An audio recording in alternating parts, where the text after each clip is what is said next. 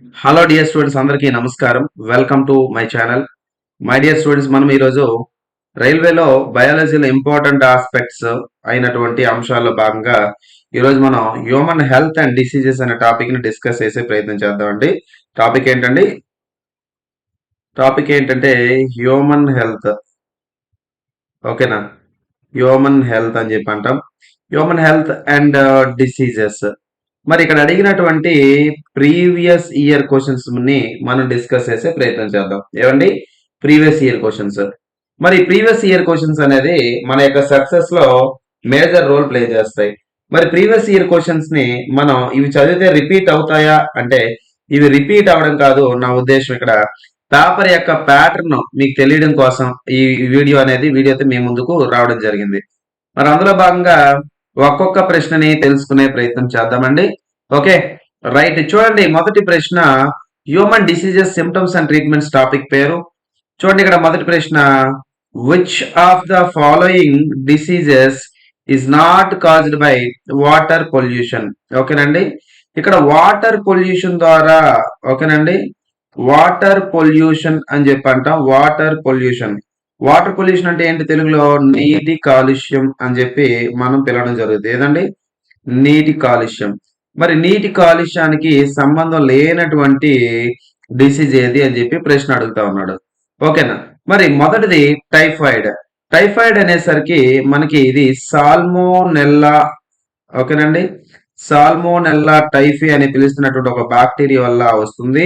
మరి ఇది జనరల్ గా కంటామినేటెడ్ వాటర్. ఓకేనండి, కంటామినేటెడ్ వాటర్ అంటే కలుషితమైనటువంటి నీరు ఏదైతే ఉందో, కలుషితమైనటువంటి నీటి వల్ల సాధారణంగా ఈ టైఫాయిడ్ అని పిలుస్తున్నటువంటి వ్యాధి అనేది రావడం జరుగుతుంది.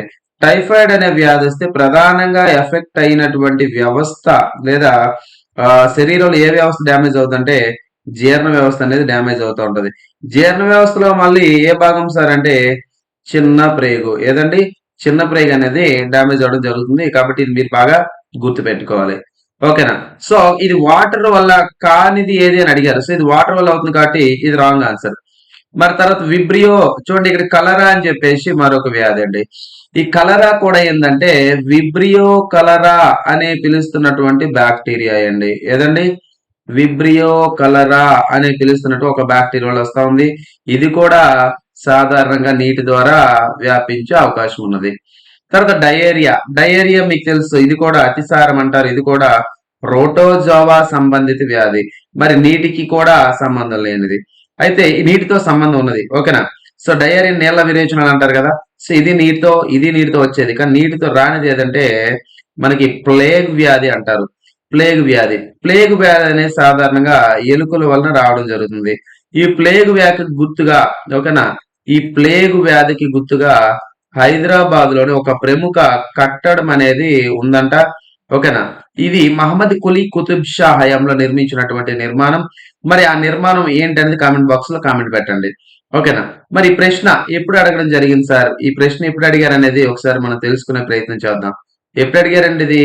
ఆర్ఆర్బి. ఓకేనా? ఆర్ఆర్బి ఎన్టీపీసీలు అడిగినటువంటి ప్రశ్న. ఆర్ఆర్బి ఎన్టీపీసీ 31/7/2021 అడిగినటువంటి ప్రశ్న. Shift 1 stage first. మరి ప్లేగ్ సంబంధించిన వివరాలు చూద్దామా?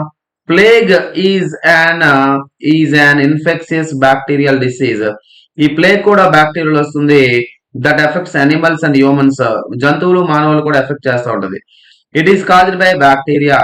ఇక్కడ ఒక బ్యాక్టీరియా, ప్లేగ్ అనేది ఒక బ్యాక్టీరియా వ్యాపిస్తూ ఉంది. అదేంటంటే ఎర్సీనియా పెస్టిస్ అని చెప్పేసి మనం పిలుస్తాం. ఓకేనా? తెలుగులో రాద్దామా? ఎర్సీనియా పెస్టిస్ అని పిలుస్తున్నటువంటి ఒక రకమైన బ్యాక్టీరియా వల్ల రావడం జరుగుతుంది. మరి దీని యొక్క సిమ్టమ్స్ ఏంటి అంటే మొదటిగా హెడ్ఏక్ అండి, తలనొప్పి. తర్వాత జ్వరం అంటే ఫీవర్. తర్వాత ఫెటిగ్ అంటే నీరసంగా ఉండడం, కండరాల బలహీనత. డయేరియా అంటే అతిసారం, నాజియా అంటే వికారం లేదా వాటిలో వాంతులను కూడా మనం పిలుస్తాం. అండ్ మస్లేక్స్ అంటే కండరాలు నొప్పి రావడం, కండరాలు పడడం అనేది జరుగుతూ ఉంటుంది సాధారణంగా. ఒకరి కండరాలు పడడం అనేది సాధారణంగా జరుగుతూ ఉంటది. ఇది టైఫాయిడ్ అంటే ఇది ఏంటంటే సాధారణంగా నీటి ద్వారా వచ్చే వ్యాధి కానిది ఏది అని ప్రశ్న అడిగాడు. సో హియర్ రైట్ ఆన్సర్ ఏంటంటే ఆప్షన్ డిని మనం రైట్ ఆన్సర్ గా తీసుకోవచ్చు. మరి ఇది ఎప్పుడు అడిగినటువంటి ప్రశ్న?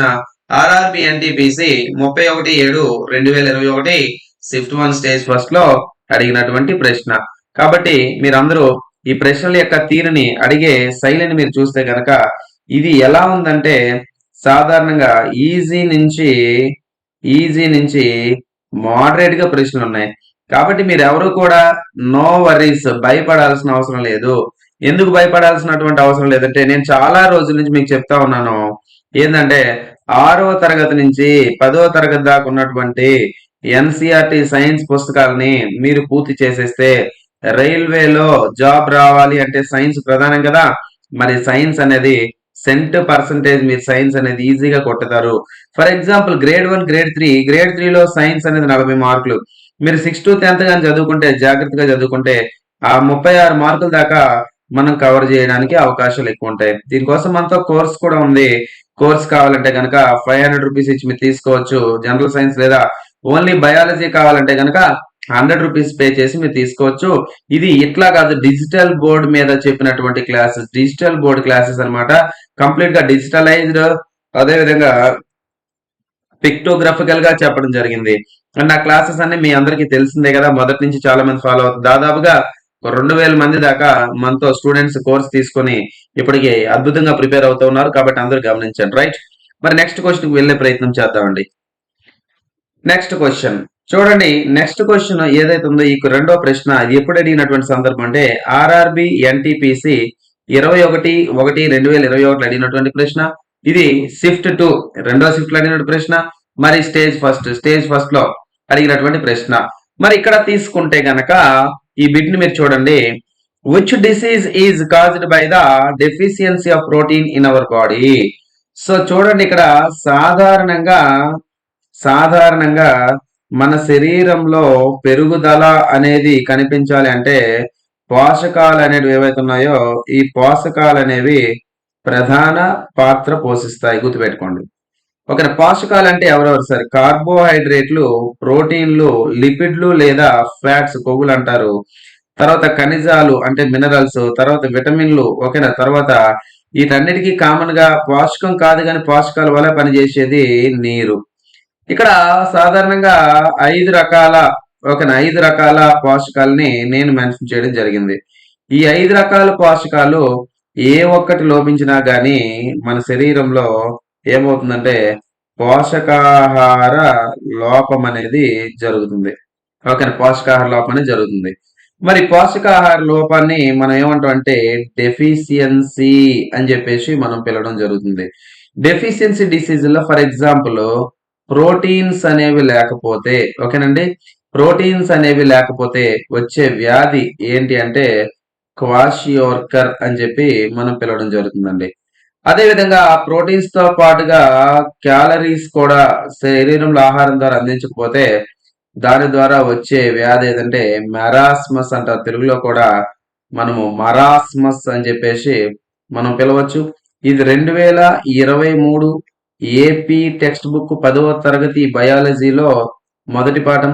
మరి ప్రెసెంట్ ఆంధ్రాలో కూడా, తెలంగాణలో కూడా 2023 అన్నా మరి 2024 అన్న ఒకటే టెక్స్ట్ బుక్ తెలంగాణలో. మరి ఇది 10th క్లాస్ బయాలజీలోనే మొదటి పాఠమైన పోర్షన్ లోనే లాస్ట్ పేజ్ లో మనకి ఇది కనిపిస్తుంది, మీరు గమనించవచ్చు. ఓకేనా?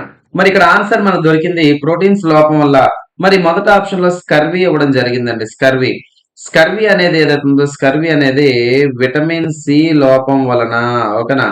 స్కర్వీ అనేది విటమిన్ సి లోపం వల్ల వచ్చే ఒక రకమైనటువంటి వ్యాధిగా మనం పరిగణించవచ్చు అనమాట. ఓకేనా? స్కర్వీ అనేది విటమిన్ సి లోపం వల్ల వచ్చే వ్యాధి. తర్వాత బెరిబెరి అన్నారండి. ఓకేనా? బెరిబెరి అనేది ఏ వ్యాధి, ఏ విటమిన్ లోపం వల్ల వస్తుంది సార్ అంటే బెరిబెరి అనేది B1 అనే పిలుస్తున్న విటమిన్. మరి B1 విటమిన్ యొక్క రసాయన నామం ఏంటంటే థయామిన్ అని చెప్పేసి అంటారు. ఈ థయామిన్ లోపం వలన సాధారణంగా బెరిబెరి అని చెప్పి ఒక వ్యాధి రావడం జరుగుతుంది. ఓకేనా?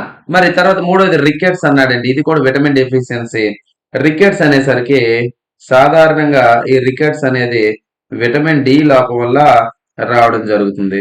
మరి చిన్న పిల్లల్లో అయితే రికెట్స్ వస్తుంది. పెద్దవారిలో అయితే ఆస్టియో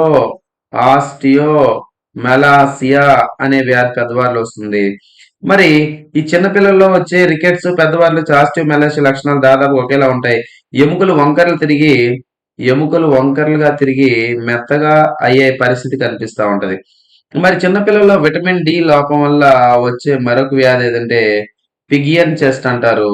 దీన్నే దీన్నే పావురపు పావురపు రొమ్ము వ్యాధి అని చెప్పేసి పిలుస్తారు. అంటే ఏమవుతుందంటే చిన్నపిల్లల యొక్క చెస్ట్ ఛాతీ భాగం ఏదైతే ఉందో ఈ ఛాతీ భాగం అనేది పావురం యొక్క రొమ్ము ఎలా ఉంటుందో అలా కనిపిస్తా ఉంటది అనమాట. ఓకేనా, గుర్తుపెట్టుకోండి. మరి 4 ఆప్షన్ ఏంటి? క్వాషియోర్కర్ అన్నాం. క్వాషియోర్కర్ అనేది ప్రోటీన్ల లోపం వలన వచ్చే వ్యాధి. మరి ఎక్స్ప్లెనేషన్ ఒకసారి చూద్దామా? చూడండి, the most common disease as a result of protein deficiency are kwashiorkor. మరి సాధారణంగా క్వాషియోర్కర్ ప్రోటీన్ల యొక్క లోపం వల్ల వచ్చే వ్యాధిగా చెప్తా ఉన్నాము. అండ్ మరాస్మస్ కూడా ప్రోటీన్ల యొక్క లోపం వల్లే, కానీ ప్రోటీన్ తో పాటు క్యాలరీస్ లోపం వల్ల కూడా మరాస్మస్ కనిపిస్తుంది. Kwashiorkor is a protein deficiency disease. Kwashiorkor అనేది సాధారణంగా ప్రోటీన్ లేకపోవడం వల్ల వచ్చే వ్యాధి అంట. That is manifested as oedema. Oedema అంటే ఈ క్వాషియోర్కర్ వచ్చినటువంటి వ్యక్తులు ఎవరైతే ఉన్నారో వీళ్ళ యొక్క కాళ్ళు ఒకనా వీళ్ళ యొక్క కాళ్ళు అదే విధంగా చేతులు అండ్ హ్యాండ్స్ అంటాం కదా, కాళ్ళు చేతులు అనేవి పొంగడం అనేది ప్రధాన లక్షణంగా కనిపిస్తుంది. అండ్ లివర్ ఎన్లార్జ్మెంట్ అంటే కాలేయం అనేది బాగా వాపు అనేది రావడం జరుగుతుంది. కొన్ని సందర్భాల్లో క్వాషియోర్కర్ వచ్చినటువంటి వ్యక్తులు ఎవరైతే ఉన్నారో మరణించే పరిస్థితి అనేది కనిపిస్తా ఉంటది. ఓకేనండి, చాలా జాగ్రత్తగా మీరు గుర్తుపెట్టుకోవాల్సిన అవసరం. And fatty infiltrations are also present. అంటే కొవ్వుతో కూడినటువంటి పదార్థాలు కూడా ఫిల్టరేట్ అవ్వకుండా వడపోయబడకుండా మిగిలిపోతా ఉంటాయి. Disease is caused by due to less protein intake. మరి సాధారణంగా తక్కువ ప్రోటీన్లు తీసుకోవడం ద్వారా శరీరానికి తక్కువ ప్రోటీన్లు తీసుకోవడం ద్వారా కనిపిస్తా ఉంటది. ఇక్కడ ఒక ఇంపార్టెంట్ ఆస్పెక్ట్ మరి గుర్తు చేయాలి మీకు. ఈ ప్రోటీన్ డెఫిషియన్సీ అన్న మరి ప్రెసెంట్ కేరళలోని ల్యాండ్ స్లైడ్స్ జరిగినాయి కదండి. ల్యాండ్ స్లైడ్స్ వచ్చాయి కదా. ఈ ల్యాండ్ స్లైడ్స్ వల్ల చాలా కొన్ని వందల మంది నిరాశ్రయులు అయ్యారు. మరి అక్కడ ఉన్నటువంటి చిన్నపిల్లలు ఎవరైతే ఉన్నారో వారికి సమతుల్య ఆహారం అనేది అందించడం జరగదు. అదే వారిలో కూడా ప్రోటీన్స్ డెఫిషియన్సీ, ప్రోటీన్ ఫుడ్ అని ఇప్పుడు తినే పరిస్థితి కనిపించదు. అలాంటి పిల్లలు ఒకవేళ ఇదే ఒక 1 year పాటుగా వారికి ప్రోటీన్స్ అందకపోతే గనక అప్పుడు వాళ్ళలో కనిపించేది కూడా మనం చెప్పేది ఏదంటే క్వాషియోర్కర్. ఇది ఏ ప్రాంతమైనా కానీ సాధారణంగా వెనుకబడినటువంటి దేశాలు కానీ లేదా ఏదైనా ఒక ఆకస్మికంగా ఒక ప్రకృతిలో వచ్చినటువంటి వైపరీత్యాల కారణంగా ఎక్కువ కనిపిస్తూ ఉంటాయి. మరి ఇక్కడ ఇంపార్టెంట్ బిట్, ప్రోటీన్ లోపం వల్ల వచ్చే క్వాషియోర్కర్ ఏదైతే ఉందో ఈ క్వాషియోర్కర్ సంబంధించి ప్రపంచంలో ఉన్నటువంటి మొత్తం దేశాల్లో ఒక 193 దేశాల్లో భారతదేశం అనేది 10వ స్థానంలో ప్రోటీన్ లోపంతో కనిపిస్తా ఉంది ఇప్పటికి కూడా అనేక రాష్ట్రాల్లో. ఓకేనా, సో ఇది మీరు బాగా గుర్తుపెట్టుకోండి అమ్మా. ఓకేనా, నెక్స్ట్ బిట్ కి మరి వెళ్దామా? నెక్స్ట్ బిట్ చూడండి, deficiency of dash induces disorder known as kwashiorkor. మళ్ళీ సేమ్ బిట్ అడిగాడండి. సో చూడండి, ఆర్ఆర్బి ఎన్టీపీసీలో అడిగినటువంటి ప్రశ్న 9/2/2021 అడిగినటువంటి బిట్. ఇది షిఫ్ట్ టు స్టేజ్ ఫస్ట్ అడిగినటువంటి ప్రశ్న. ఏమంటాడు? క్వాషియోర్కర్ అనే వ్యాధిని నయం చేయాలి అంటే సాధారణంగా శరీరానికి ఏమి అందించాలి అంటాడు. ఏమి అందిస్తావు? ప్రోటీన్స్ కదా అందిస్తావు. ఇక్కడ ప్రోటీన్స్ ని మనం ఏమంటాం అంటే building blocks of our body అని పిలుస్తాం. ఏమని పిలుస్తామండి? Building blocks of our body అని పిలుస్తాం. దేన్ని? ప్రోటీన్స్. గుర్తుపెట్టుకోండి. మరి ప్రోటీన్స్ లో ఉన్నటువంటి ఎలిమెంట్స్ ఏంటి? సింపుల్ గుర్తుపెట్టుకోండి, ఖాన్స్ అని గుర్తుపెట్టుకోండి. ఏదండి? ఖాన్స్. ఖాన్స్ అంటే కార్బన్, హెచ్ అంటే హైడ్రోజన్, ఓ అంటే ఆక్సిజన్, ఎన్ అంటే నైట్రోజన్, ఎస్ అంటే సల్ఫర్. ఓకేనా, ఇక్కడ నేను రాసినటువంటి ఎలిమెంట్స్ మూలకాలు అన్ని కూడా ఈ ప్రోటీన్ లో కనిపిస్తూ ఉంటాయి. ప్రోటీన్లు అధికంగా ఎందులో దొరుకుతాయి అంటే లివర్ లో దొరుకుతాయి, కాలేయంలో, చేప కాలేయం, చికెన్ కాలేయంలో కనిపిస్తూ ఉంటాయి. అదే విధంగా ప్రోటీన్లు అధికంగా ఎక్కడ కనిపిస్తాయి అంటే పాలలో దొరుకుతాయి. పాలలో ఉండే ప్రోటీన్ ఏదైతే ఉందో దాన్ని కెసిన్ అని చెప్పేసి పిలుస్తూ ఉంటామండి. కెసిన్. ఈ కెసిన్ అనేది పాలను పెరుగుగా మార్చడానికి ఉపయోగపడుతూ ఉంటది. పారాకిసినేట్ అని పిలుస్తున్నట్టు ఒక ఫామ్ ద్వారా కన్వర్షన్ అయ్యి పాలు పెరుగుగా మార్చడానికి ఉపయోగపడతా ఉంటది. ఈ బిట్ ఆల్రెడీ ముందు దీనికి సంబంధించి పూర్తి వివరణ మీకు ఇవ్వడం జరిగింది కాబట్టి మీరు దీని ముందు బిట్ లో ఎక్స్ప్లెనేషన్ తీసుకోవచ్చు. రైట్ నాన్న? Next bit.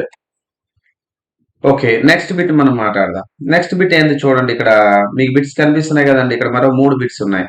ఓకేనా? ఆస్తమా 4గో బిట్ మనం చూడండి, ఆస్తమా అని చెప్పేసి అంటా ఉన్నాం. ఏదమ్మా? ఆస్తమా. ఆస్తమాకి సంబంధించి చూడండి. Asthma is a disorder of the dash in the human body. Simple bit చాలా మంది కుర్రోళ్ళు మన సబ్స్క్రైబర్స్ చాలా మంది పూర్తిగా ప్యాటర్న్ తెలియక పాపం ఎగ్జామ్ ఏమో ఎన్టీపీసీ రాస్తా ఉన్నాము లేదా గ్రూప్ డి రాస్తా ఉన్నాము, ఎగ్జామ్ చాలా టఫ్ సార్, మీరేంటంటే ఎంత ఈజీగా చెప్తున్నారని చాలా మంది అంటుంటాం. నేనేమంటా అంటే, నేను నా అనుభవంతో చెప్పడం లేదు, గతంలో అడిగినటువంటి ప్రశ్నలు బట్టి నేను చెప్తా ఉన్నా. ప్రీవియస్ ప్రశ్నలు ఏవైతున్నాయో ప్రీవియస్ ప్రశ్నలు అన్ని కూడా మాక్సిమం మోడరేట్. నేను కేవలం బయాలజీ గురించి మాట్లాడుతున్నాను. ఓకేనా? ఇక్కడ ఒకటి గుర్తుపెట్టుకోండి, ఆస్తమా అనేది శరీరంలో ఏ వ్యవస్థకు వచ్చే డిజార్డర్ అన్నాడు. మొదటి దిశ చూడండి, ఆస్తమా. ఓకేనా? రెండో వ్యాధి టీబీ. ఆస్తమాని తెలుగులో కూడా ఆస్తమా అంటారు. రెండోది ఏంటి? టీబీ.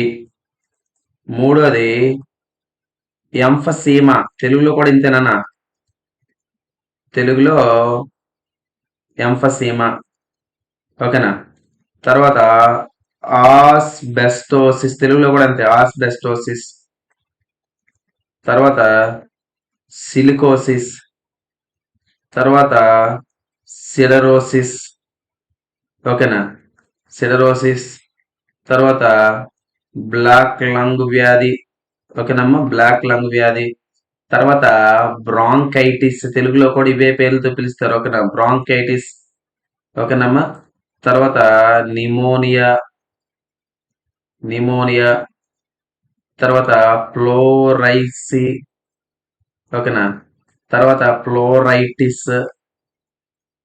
ఓకేనా? ఫ్లోరైసి. తర్వాత హైపాక్సియా. తర్వాత ఆల్టిట్యూడ్ సిక్నెస్. దీన్ని పర్వత రుగ్మత అంటారు. పర్వతీయ రుగ్మత అంటారు. జాగ్రత్తగా చూడండి, asthma, TB, emphysema, asbestosis, silicosis, siderosis, black lung disease, bronchitis, pneumonia, emphysema, pleuritis, hypoxia. ఇవన్నీ కూడా గుర్తుపెట్టుకోండి, లంగ్స్ కి వచ్చే వ్యాధులు. లంగ్స్ అంటే తెలుగులో ఏమంటారు? ఊపిరితిత్తులు. ఊపిరితిత్తుల యొక్క అధ్యయనాన్ని ఏమంటారు? ఊపిరితిత్తుల యొక్క అధ్యయనాన్ని పల్మనాలజీ అంటారు. ఏమంటారండి? పల్మనాలజీ అని చెప్పేసి అంటారు. ఊపిరితిత్తులు ఎన్ని ఉంటాయి? 2 ఉంటాయి. ఎడమ ఊపిరితిత్తు అనేది కాస్త చిన్నదిగా ఉంటది. ఊపిరితిత్తుల యొక్క బరువు 950 గ్రాములు. ఊపిరితిత్తుల చుట్టూ ఆవరించి ఉన్నటువంటి పొర ఫ్లోరా. ఓకేనా? ఊపిరితిత్తుల లోపల అతి చిన్న ప్రమాణం, నిర్మాణాత్మక మరియు క్రియాత్మక ప్రమాణం అంటే structural and functional unit of the lungs అంటారు. దీన్ని ఇంగ్లీష్ లో ఆల్వియోలై అంటారు. ఏపీ టెక్స్ట్ బుక్ లేదా ఎన్సీఆర్టీ టెక్స్ట్ బుక్ లో ఆల్వియోలస్ అని ఏకవచనంతో ఈ పదం ఇవ్వడం జరుగుతుంది. ఒకవేళ ఈ వాయుగోడలు అన్ని ఓపెన్ చేస్తే ఓకేనా 160 మీటర్ స్క్వేర్ అనేది ఉంటాయి అన్నమాట. మొత్తానికి ఈ బిట్ లో ఇక్కడ ఇచ్చినటువంటి వ్యాధులు ఏవైతే ఉన్నాయో ఈ వ్యాధులన్నీ కూడా ఊపిరితిత్తులకు సంబంధించి. ఇక్కడ ఆప్షన్లకు వెళ్దాం. ఆస్తమా మనం చెప్పుకున్న వ్యాధులు ఒక వ్యాధి. ఇక్కడ ఉన్న ఏ వ్యాధి మీరు ఓవరాల్ గా ఉన్నటువంటి వ్యాధులు ఏదో తీసుకున్నా ఆప్షన్ లో కనిపిస్తే అక్కడ రెస్పిరేటరీ సిస్టమ్, శ్వాసక్రియకి సంబంధించినటువంటి వ్యాధిగా మనం పరిగణించవచ్చు, ఇక్కడ ఇచ్చింది ఏదైనా కానీ. Okay, next circulatory system wrong అంటే రక్త ప్రసరణ. లోకోమోటర్ సిస్టమ్ అంటే అస్థిపంజర వ్యవస్థ. డైజెస్టివ్ సిస్టమ్ అంటే జీర్ణ వ్యవస్థ. సో రైట్ ఆన్సర్ ఏమవుతుంది? Respiratory system. అర్థమైందండి? చూడండి ఇక్కడ next, asthma, emphysema are the disorders of respiratory system. Asthma is difficult in breathing. Asthma ఉన్న వాళ్ళకి గాలి పీల్చడం కష్టంగా ఉంటుంది. Causing wheezing due to inflammation of bronchi. So asthma ఉన్నవాడికి ముక్కోడు కారుతా ఉంటది కంటిన్యూస్ గా. ఓకేనా? ముక్కోడు కారుతా ఉంటది. అదే విధంగా ఇంకోటి ఏంటంటే ఇక్కడ లోపల శ్వాసనాళికలు అంటారు దాన్ని బ్రాంకే వాపు వస్తుంది. తర్వాత ద్వితీయ శ్వాసనాళికలు బ్రాంక్యూల్స్ అవి కూడా వాపు వస్తాయి. Most effective drug for long term asthma control. Important, asthma control అవ్వాలంటే వాడే మెడిసిన్ ఏంటి అంటే కార్టికోస్టెరాయిడ్స్. ఏదండి? కార్టికోస్టెరాయిడ్స్. జాగ్రత్తగా చూడండి, కార్టికో స్టెరాయిడ్స్ అంటే ఏంటనుకున్నారు ఇవి కార్టికోస్టెరాయిడ్స్? ఇవి సాధారణ ముక్కు ద్వారా లోపలికి గాలి అనేది పీల్చాలి. ఇన్హేల్ చేయడం అంటారు.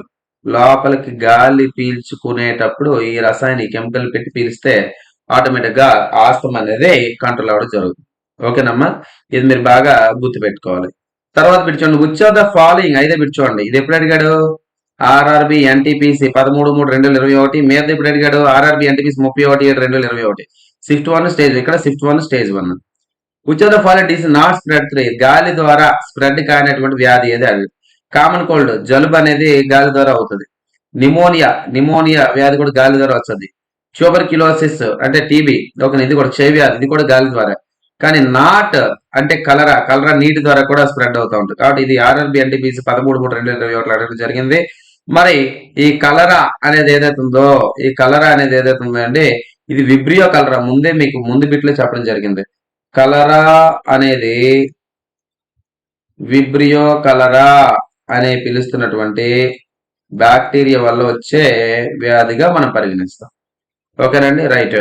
ఆరో బిట్ తీసుకుందామా? నెక్స్ట్ ఇక్కడ ఆరో బిట్, పెప్టిక్ అల్సర్ అంటే పొట్టలోని పుండ్లు, పొట్టలో కురుపులు అయిపోతుంటాయి అనమాట. అది జరగడానికి గల కారణం ఏంటన్నాడు? వామ్స్ అంటే పురుగులు కాదు, వైరస్ కాదు, ప్రోటోజోవా కాదు, బ్యాక్టీరియా ఆన్సర్. మరి ఏంటి దీని ఎక్స్ప్లెనేషన్? హెలికో bacteria pylori. ఓకేనా, జాతికి వినండి. హెలికో బ్యాక్టీరియా పైలోరీ అని పిలుస్తున్న ఒక బ్యాక్టీరియా ఉండటం వల్ల పొట్టలో కురుపులు అనేవి కనిపిస్తూ ఉంటాయి. Okay, direct answer. మరి ఇది ఎక్కడ ఉంది సార్ బిట్? ఈ బిట్ ఎక్కడ ఉంది తెలుసా? ఇంటర్మీడియట్ సెకండ్ ఇయర్ జువాలజీలో మొదటి పాఠంలో ఇంట్రడక్షన్ లో ఇంట్రడక్షన్ లో రెండవ పేరా మూడవ line English medium text book. ఓకేనా, గుర్తుపెట్టుకోండి, కావాలంటే చెక్ చేసుకోండి. ఓకేనమ్మా, నాకు బాగా గుర్తుంది, ఎందుకంటే నేను కాలేజీలో చెప్పినాడు ఈ వీటిని పదే పదే స్ట్రెస్ చేసి చెప్పాను అనమాట ఇది. ఓకేనా, మీరు బాగా గుర్తుపెట్టుకోండి. ఓకేనా, రైట్. ఇవి మనకి ఈ వీడియోలో ఉన్నటువంటి ఇంపార్టెంట్ బిట్స్. మరి తదుపరి ఏవైతే ఉన్నాయో అవన్నీ కూడా నెక్స్ట్ వీడియోలో మనం డిస్కస్ చేద్దాం. అయితే ఇలాంటి బిట్స్ తో పాటుగా కంటెంట్, కంప్లీట్ ఎన్సీఆర్టీ కంటెంట్ కావాలంటే మనం బయాలజీ కేవలం 100 రూపాయలకి ఎన్సీఆర్టీ క్లాసెస్ అనేది అందించడం జరుగుతుంది. గుర్తుపెట్టుకోండి, ఎన్సీఆర్టీ క్లాస్ అనేవి అందించడం జరుగుతుంది. కంప్లీట్ బయాలజీ అనేది కేవలం 100 రూపాయలకే. సో ఆసక్తి ఉన్నటువంటి అభ్యర్థులు తీసుకోండి. అండ్ ఒకవేళ ఈ కోర్సెస్ అనేవి అతి త్వరలో ప్రైస్ పెంచే ఆలోచన అనేది ఉంది. పెంచడం అంటే మరి వందల్లో వేలల్లో పెంచేది లేదు, కానీ మరి కొద్దిగా ఒక 100 రూపాయలకి మరొక 20 రూపాయలు 30 రూపాయలు పెంచే ఆలోచన ఉంది. ఓకేనా, ఒకవేళ మీకు అది బర్డెన్ అయితే కనుక అందరికి ఉపయోగపడాలనే ఉద్దేశంతోనే కేవలం 100 రూపాయలకి అందించడం జరిగింది.